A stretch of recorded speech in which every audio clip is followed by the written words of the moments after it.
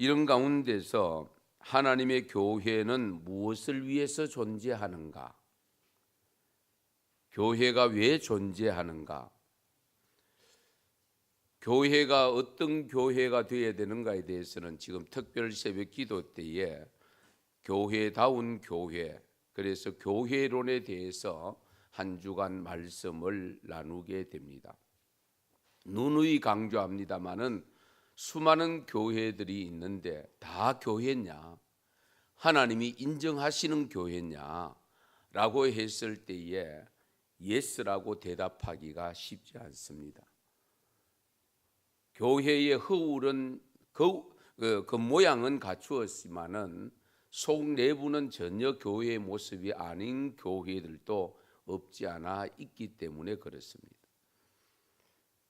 어쨌든 간에 우리 예수님께서 부활하셔서 40일 동안 계시면서 많은 사람들에게 보여주셨고, 그리고 마지막에 제자들을 향해서 올라가 보는 앞에서 성천하시는 가운데 바로 그 직전에 하신 말씀이 너희들은 여기 예루살렘에 머물러 있어야 된다. 언제까지? 내가 가서 보내줄 성령 받을 때까지는 이 성에 머물러 있어야 된다 하는 말씀을 전해 주었습니다.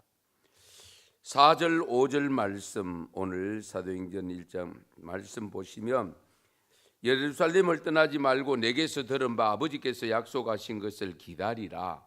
요한은 물로 세례를 베풀었으나 너희는 몇 날이 못되어 성령으로 세례를 받으리라 하셨느니라.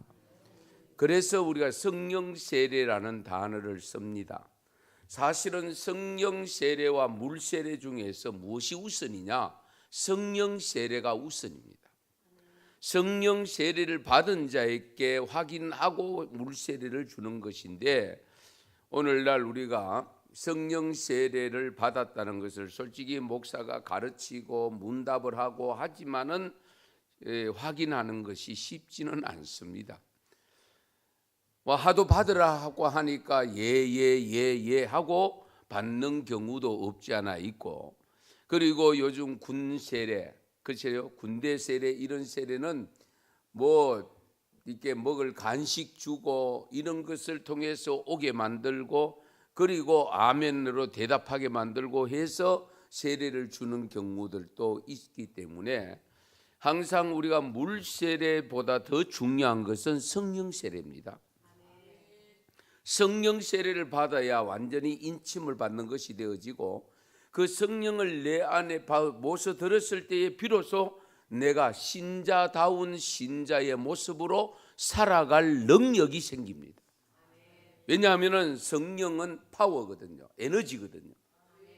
성령은 능력입니다. 그래서 한 번은 사도들이 같이 모였을 때 예수님께서 여쭙니다. 주께서 이스라엘 나라를 회복하심이 이때입니까? 라고 제자들이 예수님께 여쭈었을 때에 예수님이 대답합니다. 때와 시기는 아버지의 권한이다. 다만 너희가 알 바가 아니다. 그것은. 그러면서 오직 성령이 너희에게 임하시면 너희가 권능을 받고 예루살렘과 온 유대와 사마리아와 땅끝까지 이르러 내 증인이 되리라. 뭐 언제 오시냐 그건 너희들 알 바 아니야. 종말이 언제냐 그거 생각하지 마라. 그건 하나님 아버지의 권한에 속해 있지 나도 모른다. 그러나 너희들이 해야 될 일이 뭐냐? 성령 받아야 된다. 왜 성령을 받아야 되느냐? 성령이 임하면 너희가 권능을 받고 능력을 받는다는 겁니다. 그럼 능력 받아서 뭘 하느냐? 증인이 되는 겁니다. 증인의 사명을 감당하는 겁니다. 내 증인이 되리라고 일러주고 있지 않습니까? 내 증인이 되리라. 그러니까 성령을 받기만 하면 자연스럽게 증인이 됩니다. 그러나 성령을 받지 않으면 증인 되려고 노력을 해도 참된 증인 되기가 어렵습니다. 그래서 성령은 받아도 되고 받지 않아도 되는 것이 아닙니다. 반드시 받으셔야 됩니다. 왜냐하면 성령을 받지 않으면 내가 하나님의 자녀다운 모습으로 하나님의 말씀에 순종하는 모습으로 살아가는 것이 어렵습니다. 잘 안 됩니다. 내 힘으로 우리가 그렇잖아요. 예수 안 믿는 사람도 결단하면 술도 끊고 담배도 끊고, 예수 안 믿는 사람도 결단 잘하는 사람들은 예수 믿는 우리의 결단보다도 훨씬 더 잘하는 분들이 있잖아요. 그러나 우리가 성령의 능력을 받아서 결단이 되어질 때는 누구도 못 말립니다. 누구도 제재를 할 수가 없습니다. 하나님의 능력이 역사하기 때문에. 그래서 우리가 정인이 되어야 되는데, 정인이 되기 위해서는 가장 먼저 갖추어야 될 조건이 하나 있습니다. 뭔지 아세요? 목격을 해야 됩니다. 그렇잖아요. 누가 카드라크는 가지고는 안 되잖아요. 누구한테 들었습니다. 그거 가지고는 참된 정인이 될 수가 없습니다. 참된 정인이 되려고 하면 내가 반드시 직접 목격해야 됩니다. 내가 경험하고 내가 체험해야 됩니다. 우리가 이 점을 놓쳐버리면 안 됩니다. 그런데 보세요. 사도들은 3년 동안 다니면서 예수님과 동행하면서 동고동락하면서 목격을 한 사람들입니다. 그보다 더 확실한 거 없잖아요. 분명히 목격을 다 했습니다. 그럼에도 불구하고 정의는 되지를 못했습니다. 아니 3년 동안 같이 동고동락하면서 그렇게 수많은 것들을 경험하고 체험했으면 자신 있게 누구에게든지 전할 수 있어야 되잖아요. 자기가 그동안 겪었던 일을 충분히 전할 수 있어야 되는데, 그런데도 불구하고 예수님께서 그 제자들을 향해서 너희가 예루살렘 성을 떠나지 말아라. 내가 보내줄 보혜사 영을 받기 전까지는. 왜? 떠나봐야 정인이 될 수가 없다는 거예요. 목격한 것으로 안 되지요. 왜? 요즘 우리 법원 묵비권 행사도 있습니다. 내가 봤다고 하는 증언을 했을 때에 내게 혹 다른 불이익이 혹시 올지도 모른다는 생각이 들면 묵비권 행사하잖아요. 봐도 모른다고 하잖아요. 그러니까 봐놓고도 못 본 것처럼 이야기할 수 있다 이 말이에요. 그러면 본 것을 본대로 자신 있게 증언하고 증거할 수 있는 힘이 어디서 생기느냐? 성령 받아야 된다. 성령을 받지 않으면 안 된다. 그 대표적으로 가르쳐 주는 대표적인 사람이 제가 누누이 강조하지만 누구죠? 베드로입니다. 베드로. 우리가 너무 잘 알고 있잖아요. 베드로. 늘 예수님과 따라다닐 때도 늘 앞장섰고, 16장에 보면 마태복음 16장에 보면 호언장담했고, 그리고 고백도 얼마나 멋지게 해서 야 바요나 시몬아 니 진짜 대답 잘했다 할 정도로 내가 누구라고 하느냐, 세상 사람들은 뭐 엘리야라고도 하기도 하고 뭐 예레미야라고도 하기도 하고 요한이라고 하기도 하고 뭐 별의별 이야기 다 하는데, 그럼 너희들은 누구라고 나를 누구로 하느냐라고 했을 때에 주는 그리스도시요 살아계신 하나님의 아들입니다. 그 이야기를 때 바요나 시몬아 정말 네가 대답 잘했다. 그러나 그것은 네가 한 것이 아니고 하나님께서 가르쳐 주셨다라고 말씀하지 않습니까? 이제 그렇게 호언장담하면서 고백했던 그 베드로, 그러나 닭이 2번 울기 전에 부인하는, 3번이나 부인하는 엄청난 실수를 발휘하는데, 부인도 그냥 부인이 아니고 저주까지 했습니다. 예수님을. 한번 생각해 보세요. 아니 계집종이 와서 이 사람도 그 사람 소속입니다. 다른 사람 와서 이 사람도 그 도당입니다. 같은 당입니다. 그래 맞다. 내가 3년 동안 내가 따라다니면서 봤더니만은 이런 분이었다. 그런데 뭐가 어떻게 됐냐? 믿어야 되지. 믿어야 구원받는다 하고 자신 있게 나가야 되는데 3번이나 부정했고 그것도 저주하면서 부정했다는 것은 이해가 안 되잖아요. 우리가 신앙생활을 하면서 여러분 잘 들으세요. 성경 열심히 공부해서 많이 알았습니다. 지식적으로 많이 압니다. 교회에 돌아가는 거 잘 압니다. 그리고 신앙의 경륜이 있어가지고 나름대로 판단도 설 수 있습니다. 그러나 정작 남 앞에 가서 말 한마디 제대로 못하고 예수 믿으라고 제대로 한마디 못한다? 그것은 내 안에 성령이 없다라고 볼 수밖에 없습니다.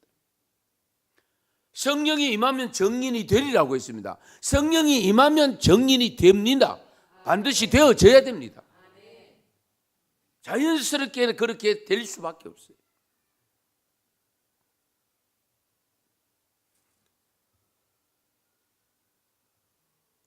사도행전 6장에 보면 초대교회에 처음으로 7명의 집사가 세움을 받을 때에 여러분 잘 아시는 대로 평신도 직분자 초대 7집사가 선택할 때 기준이 5절 6절에 기록되어 있는데요. 온 무리가 이 말을 기뻐하여 믿음과 성령이 충만한 서대반과 또 빌립과 보로고니와 니가노르와 디몬과 바메나와 유대교에 입교했던 안디옥 사람 니골라를 택하여 사도들 앞에 세우니 사도들이 기도하고 그들에게 안수하니라. 뭐가 충만한 사람 태웠어요?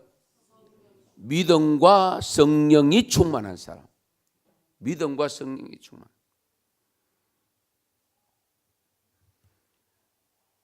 그러니까 이 믿음과 성령이 충만하니까 그 7집사 중에 서대반 집사가 순교까지 하잖아요. 순교합니다. 그래서 사도행전 6장 8절에 서대반이 은혜와 권능이 충만하여 큰 기사와 표적을 민간에게 행하니, 성령을 받으니까 은사가 주어지고 그 은사 중에서 권능이 나타났다라고 했습니다. 뿐만 아닙니다. 구레네 사람, 알렉산드리아 사람, 길리기아, 아시아에서 온 사람들 중에서 회당에서 서대반 집사하고 논장할 때도 서대반 집사는 지혜와 성령으로 말함을 인하여 그들이 능히 당하지 못하였다라고 10절에 기록합니다.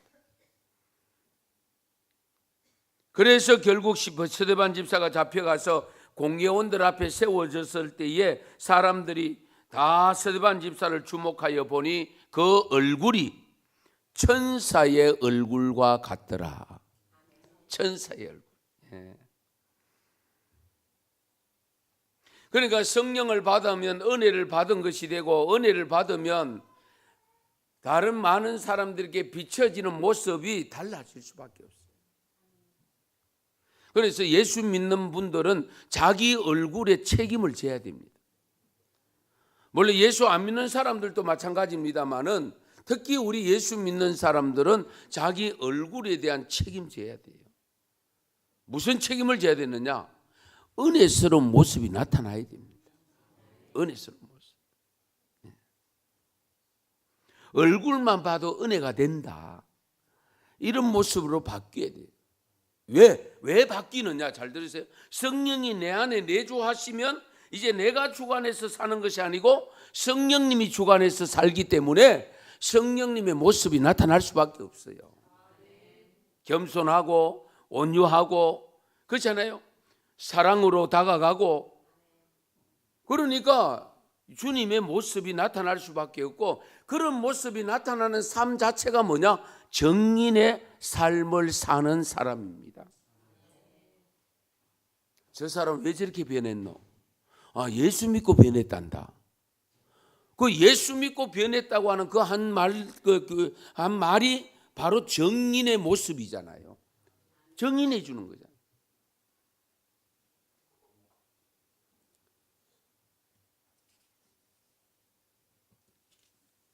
성도 여러분,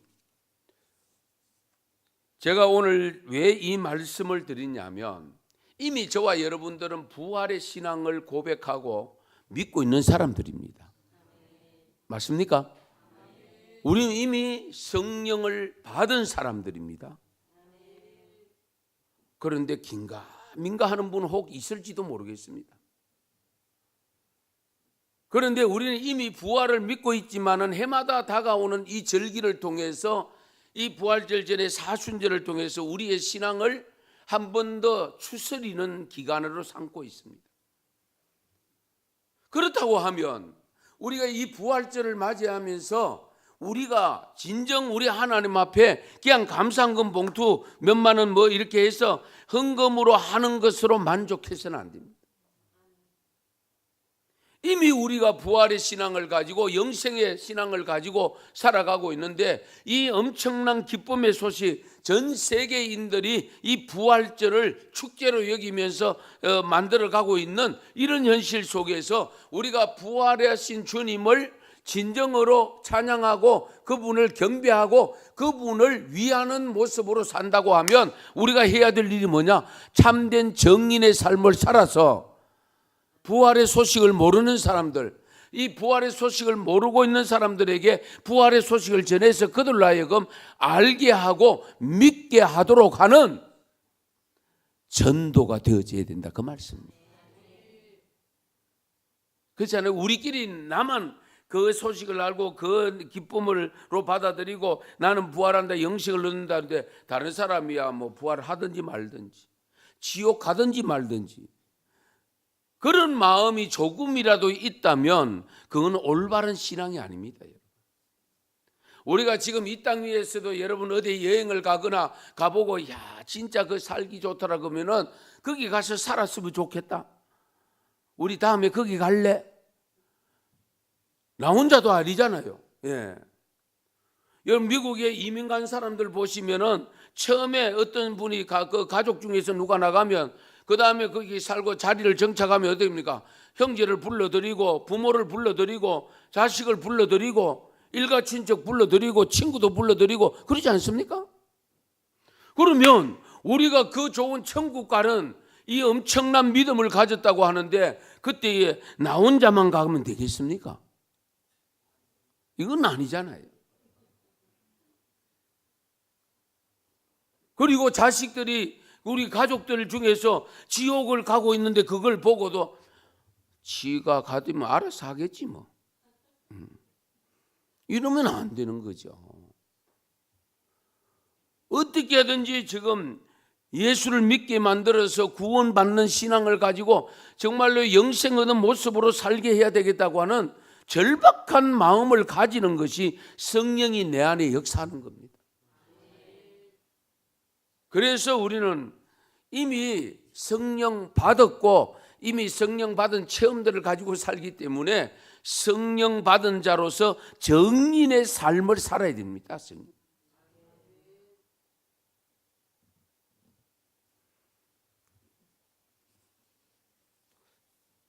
또 몇 명 전도 목표 세워놓고 작정하세요. 그래가지고 작정 받고 그렇게 기도하고 그렇게 해야 전도하겠습니까?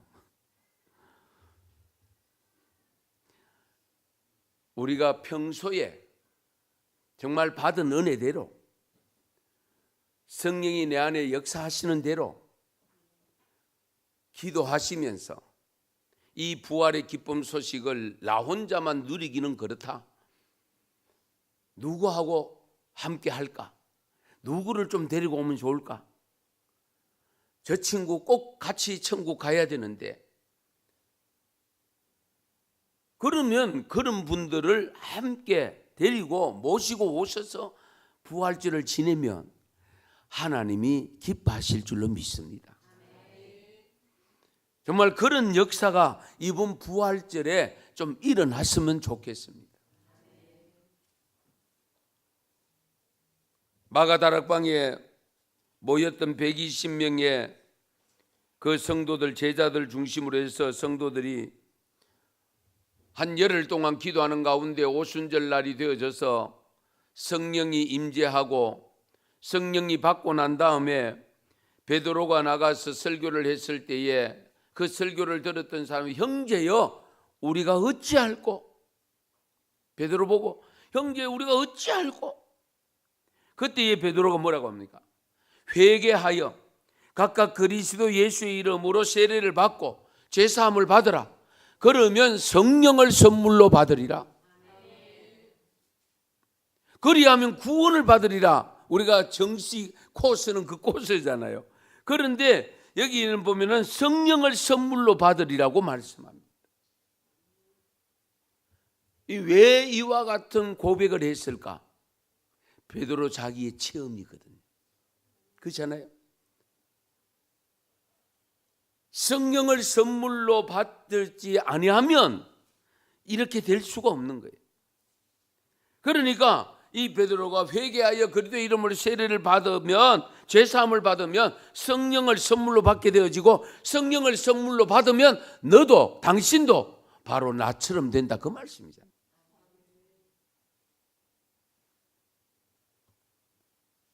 그래서 오늘 읽은 사도행전 4장에 보면 베드로를 비롯한 사도들이 백성들에게 설교를 하니까 성전 맡은 사두개인들, 그 부활이 없다고 주장하는 사두개인들이잖아요. 베드로를 잡아서 이튿날까지 옥에 가두옵니다. 하지만 설교를 들은 사람들 중에 믿는 사람이 5,000명이나 되니까 베드로를 오래 가둘 수가 없는 거예요. 왜? 설교 듣고 5,000명이나 믿는 사람이 생겼는데 그들이 가만히 있겠어요? 그러니까 훈방 조치를 한 겁니다. 그 이튿날 관리들과 장로들과 서기관들이 예루살렘에 모여서 대제사장 안나스와 가야바와 요한과 알렉산더와 및 대제사장의 문중이 다 모여 베드로에게 질문을 합니다. 너희가 무슨 권세와 누구의 이름으로 이 일을 행하느냐? 그때에 베드로가 성령이 충만하여 아주 자신감을 가지고 이야기합니다. 나사렛 예수의 이름으로 이렇게 한다. 나사렛 예수의 이름. 그러면서 사도행전 4장 12절에 가면 예수 이름 외에는 구원 얻을 만한 다른 이름을 주신 일이 없다라고 잘라 말씀합니다. 할렐루야. 이런 용기가 어디서 생기느냐? 성령 받음으로 생긴 겁니다. 작은 계집아이 하나 밑에서도 벌벌 길고 부정을 하고 다른 사람 앞에서 이게 저주까지 하면서 부정했던 베드로인데 성령을 받으니까 이렇게 당당해졌습니다.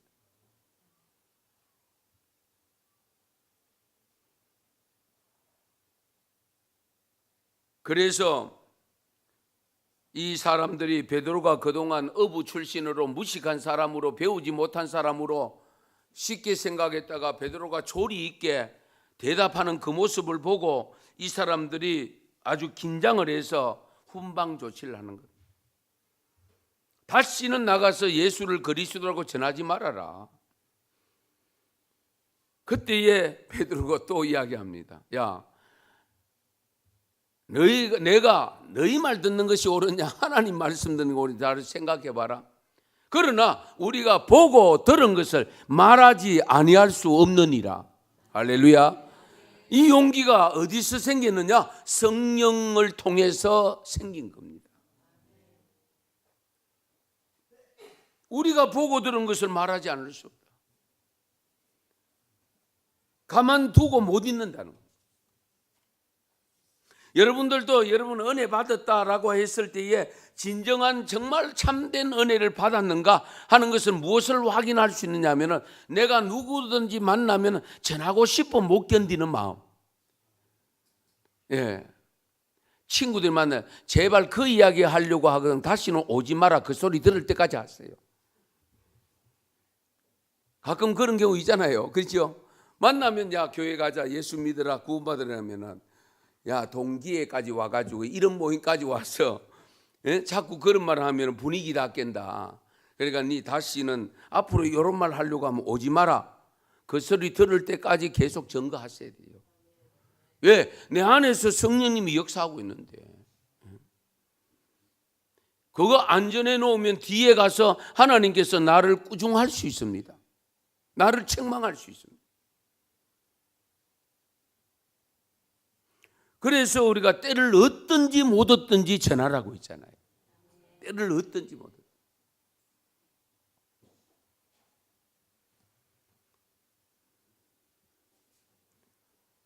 여러분은 어떻게 생각할지 몰라요. 저는 식당을 이렇게 다녀도 요 주위에 예사로 보지 않습니다. 거기 서빙하는 분들이 어떤 분들인가. 요 한 식당에 가면요, 한 분은요 믿다가 낙심한 분이 있어요. 또 한 분은 가톨릭 다니고, 가톨릭 다니는데도 보면 정확하게 열심히 다니는 것 같지는 않아요. 그래서 제가 늘 지금 가까이 지금 접근을 하고 있습니다.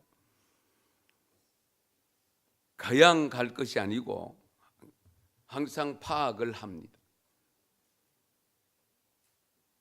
그래서 제가 가끔 갈 때마다 또 너무 그러면은 가니까 그렇게 해서 한 번씩 한 말씀을 슬쩍슬쩍 던집니다. 예. 잊어버릴만 하면 또 던져놓고, 잊어버릴만 하면 던져놓고. 그래서 기회가 되면 공식적으로 정식으로 초청을 하려고 합니다. 할렐루야. 여러분들도 그런 분들을 만들어서 항상 몇 분 이렇게 만들어 놓고 기도하고 있어야 돼요.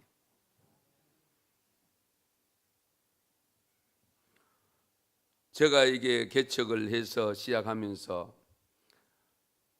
개척교회 목사님들이 전도를 안 한다는 소리를 많이 들었거든요, 옛날에. 예. 그러면서 저도 똑같은 사람이 되면 곤란한다. 예.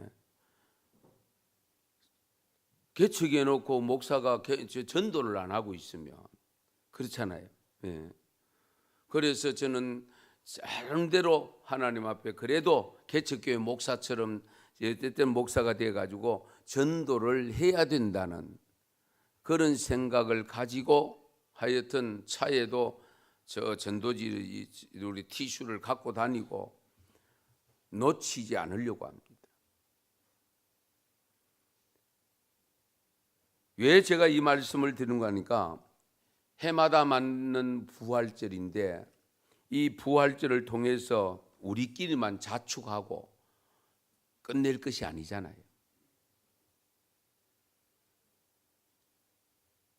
정말로 이 부활의 소식을 많이 알려야 되는데 지금 길거리에 가는 곳마다 뭐가 달려있는 것이 보입니까? 안 보입니까? 연등이 지금 뭐 거리마다 지금 다 달려있잖아요. 예? 4월 초 8일이 언제지요? 관심 없습니까?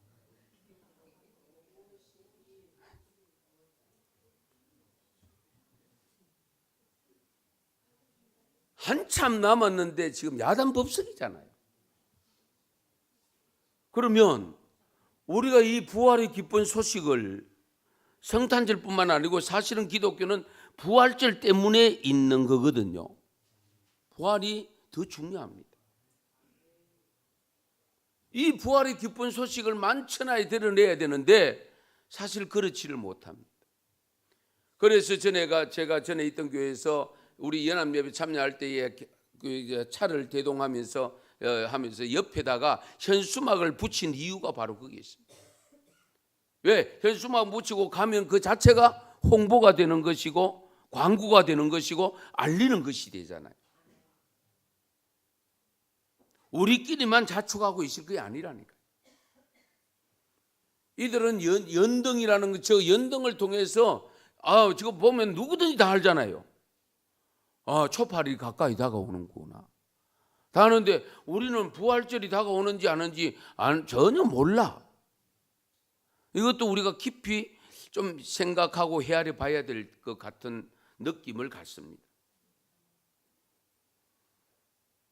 우리가 이런 정말 내 한 영혼이 구원받는 것 그 이상으로 죽어가는 영혼들을 살려내는 참된 정인의 사명을 감당하는 그런 성도가 될 수 있기를 축원합니다.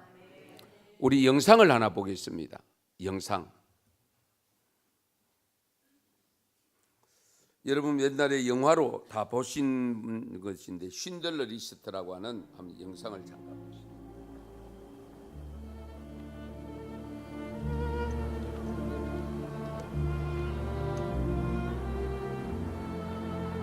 It's Hebrew from the Talmud. It says, whoever saves one life saves the world entire.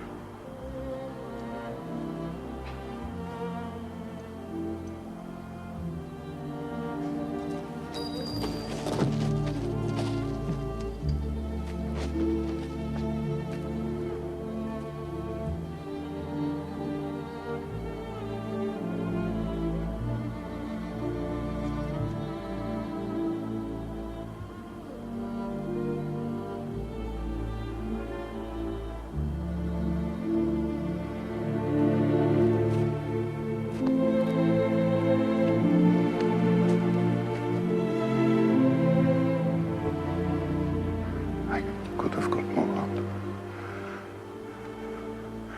I could have got more. I don't know if I just. I could have got more. Oscar, there are 1,100 people who are alive because of you. Look at them. If I'd made more money.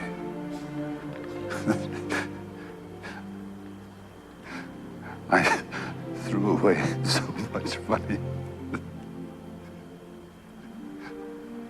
You have no idea. If I just. There will be generations because of what you did. I didn't do enough. You did so much.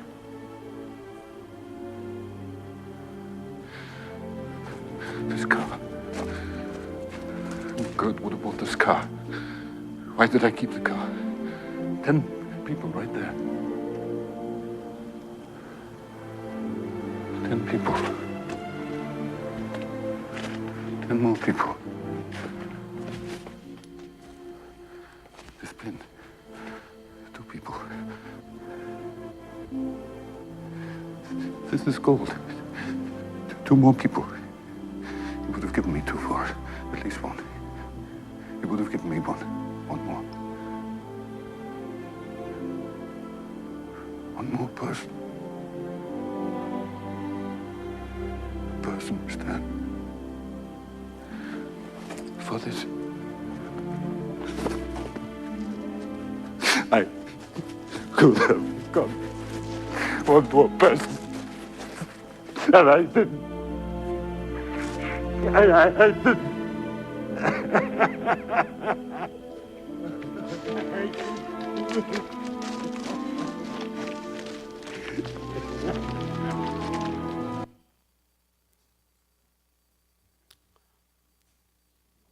오래전에 봐서 기억이 없을 수도 있고 못 보신 분들을 위해서 간략하게 설명드리면 나치 시대에 유태인들이 학살당할 때에 이 쉰들러라고 하는 이분이 나치 독일 사람입니다. 이분이 폴란드에 건너가서 회사를 차립니다. 회사를 차려서 유대인을 고용을 합니다. 그때 왜 유대인을 고용했는가 하니까 그때 유대인들이 막 죽어나갈 때에 고용을 하면 월급을 돈을 안 주고도 일을 시킬 수가 있었답니다. 그러다가 누구를 만났느냐면 유대인 출신의 변호사를 회계사인가요? 그를 만납니다. 한 사람을 만나서 나치가 얼마나 지금 잔인하게 유대인을 살상하고 있는가를 정보를 그분을 통해서 얻게 됩니다. 그러면서 직접 본인도 목격하는 장면이 나옵니다. 그러면서 그때에 이제 내가 이 무차별하게 잔인하게 살해되는 유태인을 구해야 되겠다. 그 생각을 가지고 특별히 유태인 중에도 반드시 지도자급이나 구해야 될 이름, 명단을 내게 올려달라. 그렇게 부탁을 합니다. 공무원들에게. 그 공무원들에게 뭔가 뇌물인가 이런 걸 주고 공무원들이 또 고발하면 안 되니까 그런 것을 막기 위해서 사전 작전을 짜서 그렇게 만들어서 그래서 쉰들러 리스트입니다. 리스트 1100명 아까 나왔죠. 예, 그 1100명들을 그 리스트를 가지고 그 사람들을 전부 공장으로 다 불러들입니다. 일단 공장에 일하는 사람들은 죽이지를 않으니까. 그러면서 이제 마지막 부분에 여러분 내가 이 차를 팔았으면 10명을 더 구했을 텐데 배지 이 금배지를 팔았으면 내가 2명을 더 구했을 텐데 이제 늦게 그 신들들이 그 큰 일을 했음에도 불구하고 마지막에 더 못 구한 것을 안타깝게 여기는 장면이 기록되어 있습니다. 저는 이 장면을 보면서 우리가 깊이 헤아려야 되지 않겠는가. 그 죽어가는 나치 밑에 돌아가는 유태인 더 못 살린 것에 대해서 안타까운 마음으로 그렇게 눈물 흘리며 후회하는 그 모습, 혹 우리가 전도해야 될 사람을 전도하지 못했을 때에 주님 앞에 가서 눈물 흘리며 회개해야 된다면 그보다 더 안타까운 일이 있을까요? 그러므로 우리는 때를 얻든지 못 얻든지 성령을 받아 내가 만난 하나님을 증언할 수 있고 많은 사람들을 주께로 돌아오게 하는 부활절이 될 수 있기를 축원합니다. 기도드리겠습니다.